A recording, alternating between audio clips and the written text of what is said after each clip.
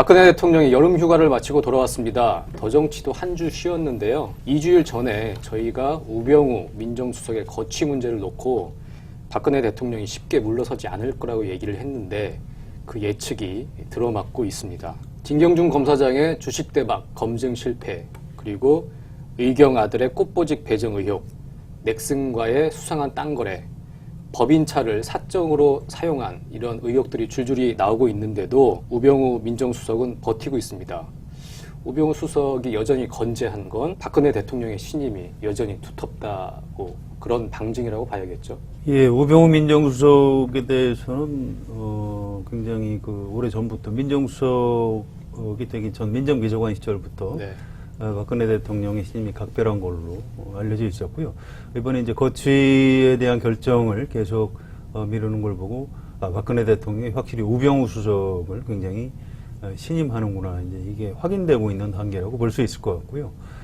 사실은 박근혜 대통령이 일단 자신의 그 측근에 대한 다른 사람들의 비난은 자신에 대한 공격으로 좀 받아들이는 네. 그런 경향이 있습니다. 이번 이제 우병우 수석도 그런 경우라고 봐야 되는데요. 끝까지 과연 우병우 수석을 신뢰하고 놓지 않을지, 아니면 중간에 어느 정도 선에서 남들이 공격에 의해서 물러나는 것이 아니고 박근혜 대통령의 스스로의 판단 또는 우병우 수석의 어떤 자진사퇴 형식을 밟아서 그만두게 할지, 뭐 이런 것들은 좀 더 지켜봐야 될 것 같습니다. 그 타이밍이 언제일지 상당히 좀 궁금한 상황인데, 그 예전에 성환영 선임 기자께서 그런 말씀을 하셨어요. 그 비유를 하자면 그런 겁니다. 이제 이른바 측근 3인방이 있는데요. 이분들은 교체할 수가 없다는 겁니다. 이미 박근혜 대통령이 이제 손발이다. 그런데 이제 다른 참모들, 비서실장이나 이제 청와대 수석들은 일종의 그 옷과 비슷한 역할이라는 거죠. 옷은 갈아입을 수 있지만 손발을 바꿀 수는 없는 거죠. 그런데 이제 우병우 수석의 경우에는 사실은 옷이었는데 계속 입고 있다 보니까 손발로 바뀐 것 아니냐. 옷이 이제 몸으로 스며들어서 피부처럼 된 것 아니냐. 그래서 이제 앞으로 임기 말까지 바꾸지 않을 것이다. 이런 걱정스러운 시각으로 새누리당 의원들이 좀 바라보는. 박 대통령의 피부로까지 진화하게 된 배경, 뭐 그런 좀 사건이 좀 있었나요? 예, 그건 이제 우병우 수석이 검찰에 있을 때 우병우 수석의 이제 장관들이 하는 얘기를 종합해서 이제 우리 한겨레 21에서도 이제 보도를 한 게 있고요. 사실은 우병우 수석 같은 스타일을 윗사람들은 좋아할 수밖에 없다고 합니다. 일단 굉장히 머리가 좋고 열심히 일을 하고요. 또 위에서 시키는 일에 대해서 뭐 안 된다, 뭐 아니다, 이런 얘기를 잘 안 하는 스타일이라고 합니다. 또 뭔가 일이 주어지면 그 일에 대해서 이제 끝까지 성과를 악착같이 내고, 그 위에 사람들 입장에서는 이제 굉장히 좀 우리 조직에 충성스러운 사람이다, 나한테 반드시 필요한 사람이다, 이렇게 판단할 수밖에 없고요. 박근혜 대통령도 마찬가지입니다. 뭐 우병우라는 개인을 좋아한다기보다 과거에 김기춘 비서실장이라든가 이제 우병우 수석 이런 식으로 열심히 일하면서도 사심 없어 보이는 것 같은 사람, 이런 사람들을 좋아하는 거라고 봐야 되겠죠. 민정수석이라는 역할이 이제 하자고 들면 뭐 여러 가지를 다 할 수 있는데, 우병우 수석 같은 경우는 검찰에 있을 때도 그렇게 했겠습니다만, 박근혜 대통령이 관심 갖는 그 사안, 그것이 뭐 경제든 사회든 문화든 간에 가리지 않고 그거에 대해서 그 현안을 자기가 직접 수석실을 넘나들면서 무관하게 챙겨서 실시간으로 상황을 보고하고 점검하고 또 재촉하고 이런 걸 해서 따박따박 보고를 하고 하기 때문에 굉장히 마음에 들어 한다고 알고 있습니다. 그러니까 열을 시키면 11가지, 12가지를 하는 스타일이라는 거죠. 이런 측면도 있을 겁니다. 과거에 이제 박근혜 대통령이 당대표 시절에 뭐 비서실장이라든가 이렇게 주변에 있던 정치인들이 많이 있는데요. 이분들이 이제 한결같이 하는 얘기가 이런 게 있습니다. 어떤 사람, 특히 박근혜 대표, 지금 박근혜 대통령이 아는 사람에 대해서 평가를 하지 말라. 이런 이제 금기사항이 있다고 합니다. 누구에 대해서 그 사람은 그 대표님 좀 잘못 알고 계신데 참 좋은 사람입니다, 이렇게 도와주려고 이렇게 얘기를 하면 그 사람에 대해서 저보다 더 잘 아세요? 이제 이렇게 이제 냉대를 당하는 경우가 많고요. 또 반대로 누군가에 대해서 뭐 그 사람이 참 나쁜 사람입니다, 이렇게 하면 아니 지금 어디다 무슨 근거로 그렇게 험담을 하세요? 이렇게 또 면박을 받은 경우가 굉장히 많았다고 합니다. 특히 이제 자신의 어떤 최측근에 대해서 이제 험담하는 걸 싫어하는 건 아주 그 유별난 데가 있는데요. 이 연원을 1970년대 말에 이른바 그 최태민 목사 사건에서 찾는 그런 사람들도 여러 명이 있습니다. 네. 그 당시에 그 최태민 목사가 사실상의 그 국모, 그 First Lady 대행이라고 할까요? 그 역할을 하던 이제 박근혜 대통령을 등에 업고 여러 가지 그 조직을 만들어서 대한구국 선교회 네. 이런 걸 만들어서 이제 총재를 지내면서 뭐 사기, 뭐 횡령, 뭐 이런 여러 가지 비리 의혹을 저질렀던 적이 있습니다. 그 의혹에 대해서 중앙정보부에서 여러 가지 조사를 해서 그렇죠. 박정희 대통령한테 보고를 했고요. 박정희 대통령이 그 김재규 중앙정보부장 또 보고서를 작성한 국장 그리고 박근혜 그 당시 큰 영예까지 불러서 직접 친국을 한 거죠. 그렇죠. 근데 임금이 죄인을 직접 다루는 걸 친국이라고 하는데요. 네. 아무튼 그 당시에 청와대 근무자들은 그걸 친국 사건이라고 불렀다고 합니다. 아무튼 근데 흥미로운 것은 그 자리에서 최태민 목사의 여러 가지 비리 의혹이 입증이 잘 안 됐다고 합니다. 그래서 그 당시 박정희 대통령이 중앙정보부장을 질책을 했고요. 이 비리 의혹 보고서에 대해서 문제가 있다면 앞으로 검찰에서 철저히 수사하도록 해라 이렇게 지시를 했는데 어떤 이유인지 몰라도 검찰에서 뭐 수사를 해서 이제 밝혀낸 게 없었다는 거죠. 그래서 이제 박근혜 대통령이 누군가가 나와 가깝다는 것 때문에 이렇게 그 고초를 당하고 이렇게 험담을 당하는구나 이제 이런 것들이 굉장히 깊은 상처로 남았고요. 그 이후에 누군가가 자신과 가까운 사람을 비판하거나 험담을 하면 아주 싫어하고 그 사람을 이렇게 감싸려 들고 자기 자신에 대한 공격으로 받아들이고 이런 경향이 있다고 합니다. 이번 우병우 수석 사건에 대해서 그때 일을 떠올리는 사람 그런 분들을 제가 좀 만나서 좀 전해드린 그런 얘기입니다. 그러니까 인물 평가에 있어서는 어떤 타인의 평가를 전혀 참고를 안 하고 자신의 평가가 딱 이제 고정이 돼서 그렇죠. 아마 그 아버지한테 배운 제왕학 중에 아마 일부일 거라고 보는 분들이 좀 있습니다. 어떤 사람에 대한 평가는 이른바 이제 부하들이 이제 상호 네. 견제하게 돼 있으니까 네. 내가 직접 하는 것이 옳겠다. 뭐 이런 것들을 좀 아버지한테 전수받은 것 같다고 합니다. 네, 네. 아까도 잠깐 말씀을 주셨는데 이렇게 떠밀려서 외부에 이렇게 비판이 있으니까 떠밀려서 우병우 민정수석을 경질하는 일은 없을 거고 아마 적절한 시점이 올 수도 있다. 뭐 이제 그런 말씀을 해주셨어요. 지금 청와대 안팎에서 나오는 얘기는 특별 감찰 결과를 본 다음에 그래서 우병우 수석 관련된 의혹이 별게 없다. 이런 명예회복이 이루어진 다음에 우병우 수석이 자진 사퇴하거나 이런 식으로 결말이 이루어질 거다. 뭐 이런 얘기들도 나오고 있는데 박 대통령이 실제로 우병우 수석을 그렇게 정리를 할 수 있을지 그것도 의문이고요. 이런 부분에 대해서 어떻게 보세요? 이른바 우병우 사태가 꽤 지금 지속이 되고 네. 있는데 상황 변화는 없지 않습니까? 네. 근데 이걸 보면서 당내 새누리당 안에서도 그래도 청와대 사정을 안다는 사람들 얘기도 이게 어쩌면 특별감찰관이 조사에 착수를 해서 면죄부를 주는 식으로 네, 결론 날 네. 수도 있겠다. 이렇게 그건 면죄부를 주고 우병우 수석 거취에 대한 부분은 또 별개로 그냥 또 이렇게 본인 스스로 예를 들면 대통령한테 어쨌거나 부담을 주기 때문에 내가 물러나겠다. 이런 형식으로 처리될 가능성도 꽤 있다라고 보는 사람들이 늘고 있어요. 네. 왜냐하면 특별감찰관이 이제 감찰에 들어갔는데 수석이 된 이후 벌어진 일들에 대해서만 네. 감찰 대상이기 때문에 지금 뭐 예를 들면 처음 우병우 사태를 촉발한 그 강남 땅거래 문제 같은 경우는 옛날 그 이전에 포함이 안 되죠. 거고 또 예전에 뭐 농지거래 화성 쪽의 농지거래 이런 게 다 과거의 일이어서 그까지 특감에서 문제 삼기는 어려울 거고 지금 이제 굳이 특감에서 언론에 나온 것 중에 대상으로 삼는다면 뭐 아들 그 의경에 꽃보질 배치되면서 문제, 예. 특혜 보직을 받거나 잦은 뭐 외박이나 휴가 뭐 이런 거에 뭐 어떤 영향력이 있었다든지 아니면은 그 가족회사 그 법인 회사 차려놓고 이렇게 그 차량이나 네, 이런 사적으로 약간 활용했다는 거. 그렇죠. 네. 개인적으로 활용하고 이런 부분들을 문제를 삼아서 할 수는 있겠죠. 근데 그게 강도가 어느 정도 될지 의경 아들 부분에 대해서 뭐 직접 청탁을 하고 이런 게 확인이 안 되면 그것도 사실 뭐 법적으로 문제 안 된다고 또 할 수 있는 거거든요. 그래서 그런 어떤 경계선상에서 그걸 놓고 좀 판단할 것 같고, 아울러서 이제 시점을 그러면 언제로 할 것이냐. 사실은 대부분 우병우 수석이 계속 뭐 예를 들면 연말까지 가고 내년까지 가고 이럴 거라고 보진 않거든요. 시점의 문제인데 8월 9일날 이제 새누리당 전당대회를 하고 또 9월 정기국회가 열리니까 진영을 새로 이제 그 내각 진영도 바꿔서 해야 될 필요성이 당연히 있단 말이죠. 우병우 사태가 아니어도 임기 이제 마지막을 이제 함께 할 참모들을 꾸려야 되는데 그때 맞물려서 뭔가 자연스럽게 이제 우병우 수석의 거취도 정리하지 않을까 좀 관측이 많은 것 같습니다. 그 개각 문제하고도 좀 관련이 있습니다. 이게 우병우 수석이 이제 뭔가 하자가 있는 걸로 드러났는데요.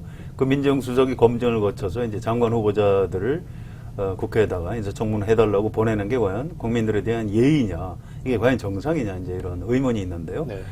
사실은 그 진경준 검사장 사건으로 우리 정부 수립 이후에 최초로 검사장이 구속 기소가 됐죠. 네. 그런데도 지금 법무부 장관이 멀쩡히 자기 직무를 수행을 하고 있습니다. 어제 8월 1일 날 신규 임명된 검사 9명한테 이제 임명장을 주면서 도덕성과 청렴성을 갖춘 검사가 되라, 이제 이런 당부를 장관으로서 한 건데요. 참 정무적 책임을 져야 되는 장관이 신임 검사들한테 그런 당부를 하고 있다는 것 자체가 국민들을 굉장히 혼란스럽게 하죠. 그래서 사실은 그 개각에 대한 이제 긴급한 수요는 이제 존재하고 있는데요. 과연 우병우 수석을 그냥 놔둔 상태에서 개각을 할 것이냐, 아니면 우병우 수석한테 면죄부를 일단 주고 민정수석을 교체하면서 개각을 할 것이냐, 이런 그 시간 테이블과 관련한 판단, 이걸 박근혜 대통령이 어떻게 할지 참 관심이 가는 대목입니다. 일단 청와대 안에서는 이런 얘기도 나옵니다.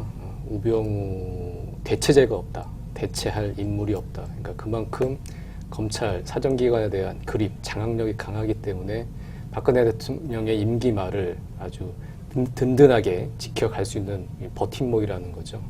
박근혜 대통령이 우병우 수석과 계속 함께 갈지, 아니면 정말로 이러저런 정무적인 판단으로 교체를 하고 새롭게 시작할지, 그 부분도 한번 지켜봐야 할 것 같습니다. 다음 주 화요일이죠. 새누리당 전당대회가 열립니다. 서청원, 최경환 이런 친박 거물들이 불출마 선언을 하면서 지금은 사무총장급 대표를 뽑는다, 이런 얘기가 나올 정도로 후보들의 중량감이 좀 떨어지는 것도 사실입니다. 어쨌든 지금 5명의 후보가 경합을 벌이고 있는데요. 친박에서는 이주영, 이정현, 한선교 이렇게 3명이고, 비박 쪽은 정병국, 주호영 후보 이렇게 5명입니다. 이 5명의 후보들의 위크 포인트라고 할까요? 어쨌든 그런 부분을 조금 짚어보겠는데요.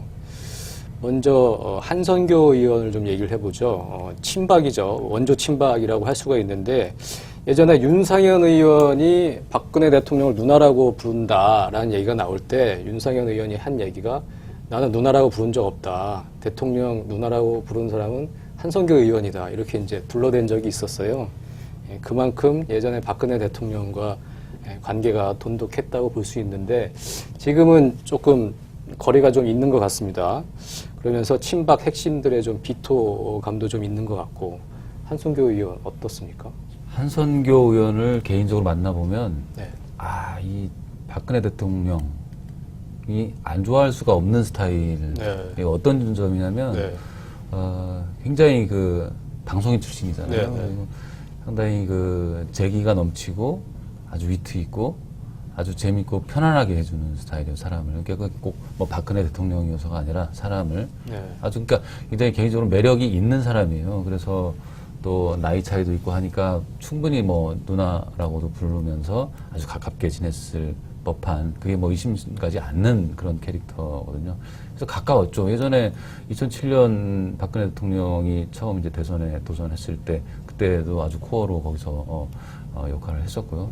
그런데 대부분 박근혜 대통령 주변에서 처음 시작하고 같이 도왔던 사람들 중에 상당수가 지금 그렇게 돼 있듯이 한선교 의원도 좀 멀어졌죠. 멀박이라고 스스로도 그렇고 네. 뭐 다들 멀박이라고 부르죠. 네. 멀어진 거죠. 그건 왜 그러냐면 그 박근혜 대통령 주변에 그 한선교 의원이 그 얘기를 이제 지금도 계속 쓰고 있는데, 강성 친박들. 네. 강성 친박들이 이제 이내 장막을 쳐놓고 상당히 극악스럽게 그 행동하고 이런 거에 대해서 본인이 환멸을 느끼고 또 이렇게 스스로 좀 멀어져 떨어져 튕겨져 나오는 것도 있고 친박들 이른바 그 코어 그룹에서 좀 별로 싫어하죠. 그다음에 이제 이정현 의원이 있습니다. 이정현 의원은 호남에서 어쨌든 지금 3선을 한 것이고, 그리고 박근혜 대통령의 복심이라고 오래전부터 불렸고요. 네, 세월호 사건에 있어서 또 KBS 보도 통제를 한 녹취록이 공개되기도 했고, 여러 가지 장점도 많고 단점도 많은 사람인 것 같아요. 이정현 의원은 어떻습니까? 글쎄 58년생이고요. 원래 고향은 곡성이죠. 네. 그러니까 순천하고 곡성이 붙어 있었기 때문에 순천 곡성 재보궐선거에서 두 번째 재선 의원이 됐고, 이번에 아예 순천으로 옮겨서 이제 삼선 국회의원이 된 분이죠. 이정현 의원을 기자들이 가장 오랫동안 불렀던 호칭이 사실은 대변인 격입니다. 격이요. 네, 공식 대변인은 아니고 박근혜 그 의원의 박근혜 전 대표의 대변인 격. 네. 그래서 언론에 대변인 격으로 계속 등장했던 그런 이정현 의원인데요. 또 이 정부 초기에 정무수석하고 홍보수석을 네. 차례로 했죠. 그래서 이정현 의원이 여러 가지 파격적인 장점이 있습니다. 호남 출신으로서 지금 현재 여당의 대표를 한다. 이거 자체가 여당의 큰 변화를 의미하는 것인데, 그럼에도 불구하고 이정현 의원이 대표가 되면 곧장 비서대표다. 이제 이런 말이 나올 가능성이 높고요. 또 아무래도 호남 출신이라 당내에서 좀 어떤 호감도에 한계가 있는 것이 사실입니다. 이런 것들을 이제 이정현 의원이 과연 돌파할 수 있을지, 이런 게 좀 포인트인 것 같습니다. 이정현 의원이 그러니까 호남이라는 게 이제 사실 뭐 강점이자 단점이죠. 그런데 이제 그 에피소드가 있지 않습니까? 2014년 말에 그 정윤회 문건이 네. 터졌을 때 거기에 이제 이정현 의원이 거기 등장하지 않습니까?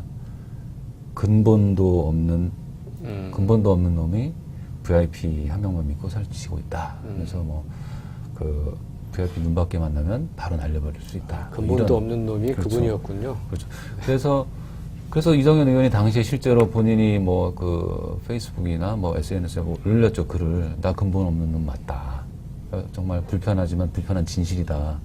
하지만 내가 근본 없는 놈이라는 것 때문에 그게 이제 에너지가 돼서 내가 지금까지 왔다. 뭐 이런, 사실은 그게 본인이 그 20여 년간 그 호남 출신으로서 새누리당에서 활동하면서 그 누적된 그 본인의 울분, 한 같은 게 있는 거죠.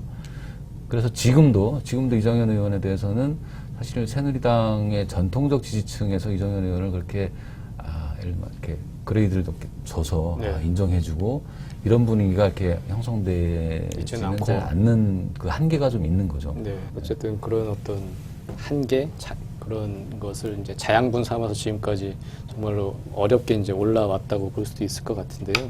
그다음 또 호남에서 두 번이나 국회의원, 지역구 국회의원에 당선이 됐다는 것은 어떤 대단한 거고요.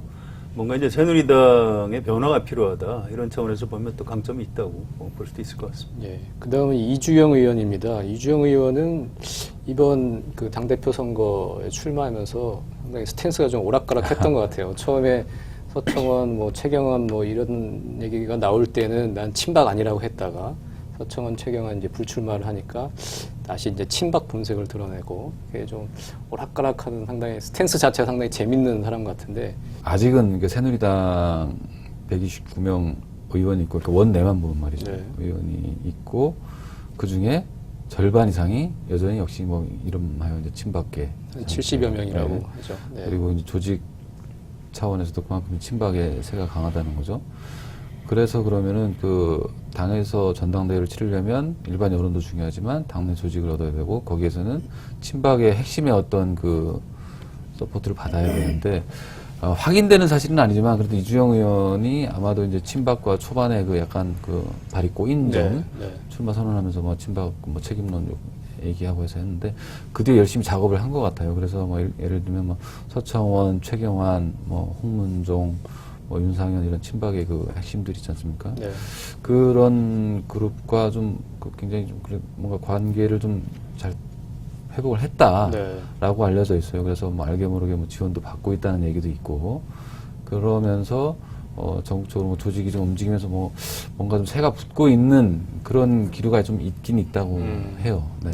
이주영 의원은 이제 장점이 있습니다. 나이입니다, 나이. 이분이 이제 1951년생이고요. 최연장자인가요? 그렇습니다. 이른바 보수 정당 안에서는 나이가 많은 사람, 또 이제 해수부 장관을 했기 때문에 장관을 지냈다는 뭐 이런 것들이 이제 상당히 강점이고요. 또 5선 국회의원이죠. 뭐 이런 것들이 이제 상당히 강점으로 작용을 합니다. 또 개인적으로 그렇게 뭐 성격이 날카롭지 않은 사람이고요. 두루 좀 원만하다는 점, 이런 것들이 강점인 것 같은데요.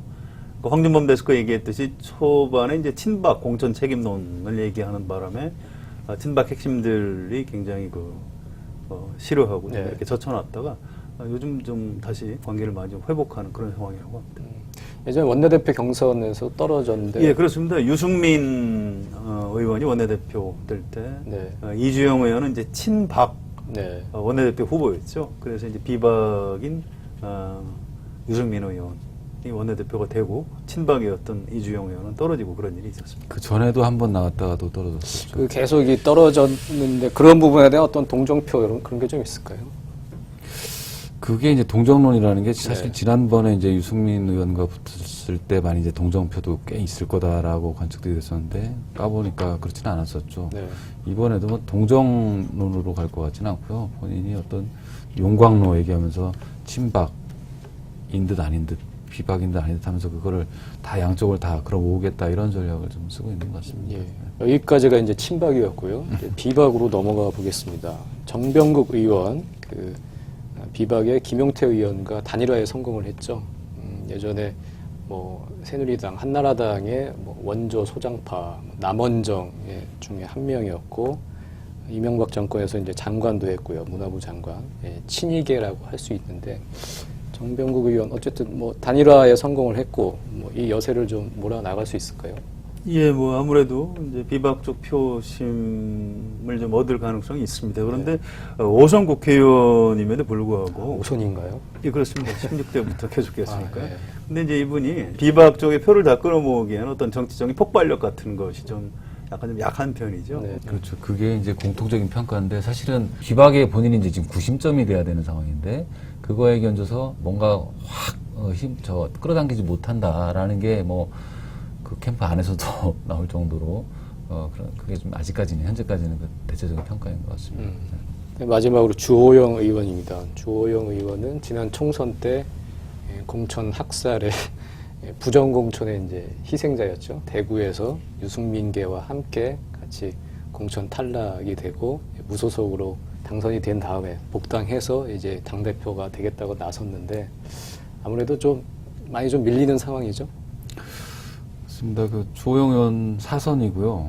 사실 굉장히 그 커리어도 좋아요. 네. 원내 수석부 대표 됐었고 정책위의장도 했었고 또 이명박 정부에서 특임 장관도 했었고 예. 박근혜 대통령의 그러니까 정무특보도 했었죠. 정무특보도 했었죠. 양쪽을 다 이렇게 넘나드는 네. 사람이었죠. 그래서 한때는 뭐 신박으로 분류될 정도로 왜냐하면 그 이완구 원내대표 시절에 함께 정책위 의장을 했었으니까 그리고 그거에 이어서 박근혜 대통령 정무특보를 했었으니까요. 네. 그래서 이게 뭐 박근혜 대통령과 직접 그 선이 닿는 건 아니지만서도 하여튼 이 정부에서 뭔가 중책을 맡았기 때문에 신박으로 불릴 정도로 좀 넘나들기도 했었는데 여전히 비박이죠. 뭐 이번에 공천 때 그렇게 많은 피해를 봤었으니까요. 네. 일단 비박 쪽에서는 정병국, 김용태 단일화에 성공을 했고 친박 후보가 지금 3명입니다. 한선교, 이정현, 이주영. 친박 후보들. 당대표가 되기 위해서는 어쨌든 표를 한 곳으로 모아야 되는 상황이고 단일화도 한번 검토를 해볼 만할 것 같은데 친박 단일화 가능할까요? 그래서 일정을 보면은 이제 8월 9일 전당대회고요. 네. 이틀 전인 8월 7일에 전국에서 그 선거인단 투표가 이루어집니다. 네. 유권자가 한 33만 명 정도 되는데요. 전국의 읍면동 사무소에서 아마 선관위 의뢰를 해서 이제 터치 스크린 방식으로 투표를 하게 되는데 따라서 단일화 하려면 그 전에 해야 되는 거죠. 네. 8월 5일에 천안에서 합동연설회가 있는데요. 아마 그 합동연설회 끝난 직후 정도가 단일화의 최적기라고 하는 것 같습니다. 그런데 친박에서 이주영 의원과 이정현 의원에 대해서 좀 지지 기반이 과연 겹치느냐. 각각 다른 이유로 이주영 또는 이정현 의원을 지지하는 것 같다. 그래서 단일화가 친박 안에서 이루어지기가 쉽지 않다. 이제 이런 관측들이 있고요. 네. 제가 보기에는 부분적으로 뭐 단일화가 있을 수는 있겠습니다만 친박과 비박이 전격적으로 다 단일화가 돼서 1대1로 가는 상황은 뭐 좀처럼 보기 어려울 것 같습니다. 그러니까 굳이 지금 단일화 양쪽의 가능성을 놓고 보자면 비박 쪽은 아직 좀 여지가 남아 있다고 네. 볼 수 있을 것 같고 친박은 말씀하신 대로 가능성이 좀 매우 낮아 보입니다. 지금 이제 들리는 얘기로는 청와대의 뜻하고 뭐 서청원, 최경환 이런 분들의 뜻이 좀 서로 사인이 좀 안 맞는다는 네. 얘기도 있어요. 그러니까 네. 청와대는 오히려 홍보수석, 정무수석을 했던 이정현 이정현 쪽으로. 의원이 그래도 좀 믿을만 하지 않겠느냐. 물론 아까 말씀하신 대로 비서당 대표 얘기가 나올 수도 있겠지만 뭐 그런 게 있고 이쪽 당 내 그 친박 핵심들은 뭐 상대적으로 이주영 의원이 더 낫지 않느냐 그런 선호가 있다라고 네. 좀 들려요. 그래서 그런데 두 사람이 거의 앞서거니 뒤서거니 지금 수위를 다투고 있는 세거든요. 네. 지금 정확히 무슨 뭐 정확한 아주 데이터가 있는 건 아니지만 네. 그런 대체적인 평이 그래서 서로가 내가 하면 될 수 있다고 보는데 굳이 단일화를 해서 한쪽으로 몰아줄 이유가 없다. 자기들이 승산이 있다고 볼 거기 때문에 좀 가능성은 좀 낮아 보이고 또 하나의 변수는 한선교 의원을 꼭 친박 쪽에 넣어서 뭐 그쪽 단일화 그룹으로만 볼 건 아니고 네. 그쪽도 뭐 비박 쪽의 입장에서는 어느 정도 나쁘지 당겨서 않은 사람이다. 붙이고 싶은 그 욕망이 좀 있는 것 같아요. 네. 아마 얘기는 해볼 것 같습니다. 네. 지금 말씀을 좀 종합을 해보면 어쨌든 2강으로 좀 압축이 되는 것 같아요. 이정현, 이주영 의원. 네, 그러면 결과를 어떻게 예측하세요? 친박 대표가 나올 것 같습니까? 이정현, 이주영 둘 중에 누구 한 명이 승자가 되는 건가요? 글쎄요, 그건 잘 모르겠어요. 제가 어려운 그런데 질문이죠. 이제 저는 그 예측이 별로 의미가 없다고 봅니다. 네. 오늘 아침에 김태흠 의원, 친박의 굉장히 나름 네. 핵심이라고 네. 주장하는 김태흠 의원이 전당대회 후보자들에게 드리는 고언이라는 네. 문건을 냈어요. 그런데 그들만의 리그, 맥 빠진 드라마로 지금 전개되고 있다는 거고요. 지금 이 전당대회에 어떤 당의 갈등을 봉합하는 화합, 혁신과 비전 이런 건 없다. 보수의 가치에 기반해서 대한민국이 나가야 될 새로운 방향을 왜 아무도 제시하지 않느냐. 이런 얘기를 친박 이런 핵심을 예. 자처하는 김태형 의원이 하고 있을 정도로 네. 이 전당대회는 실패하고 있습니다. 물론 이제 친박 비박에 따라서 70% 선거인단 표심이 왔다 갔다 할 것 같고요. 또 여론조사가 30% 있기 때문에 상대적으로 좀 인지도가 있는 이주영, 이정현 이런 분들이 좀 유리할 겁니다. 여론조사에서 이제 국민들 중에 이제 아는 사람이 많기 때문에.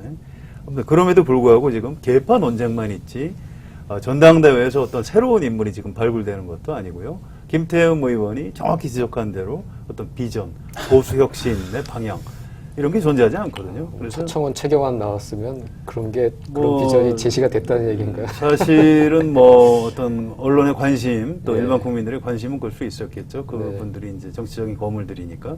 그래서 이제 인물도 없고 비전도 없는 이런 실패한 전당대회로 귀결될 가능성이 좀 높은 것 같습니다. 네, 알겠습니다. 어쨌든 맥 빠지고 인물도 없고 비전도 없는 정당대이긴 하지만 어쨌든 집권당, 여당의 새 대표를 이제 뽑는 선거이고 그래서 또 관심을 이제 가지지 않을 수가 없는데요. 어떤 당대표가 들어서서 정말로 새누리당이 정권 재창출의 비전을 그려낼 수 있을지 한번 지켜봐야 할 것 같습니다. 더 정치 8번째 시간 오늘은 여기까지입니다. 감사합니다.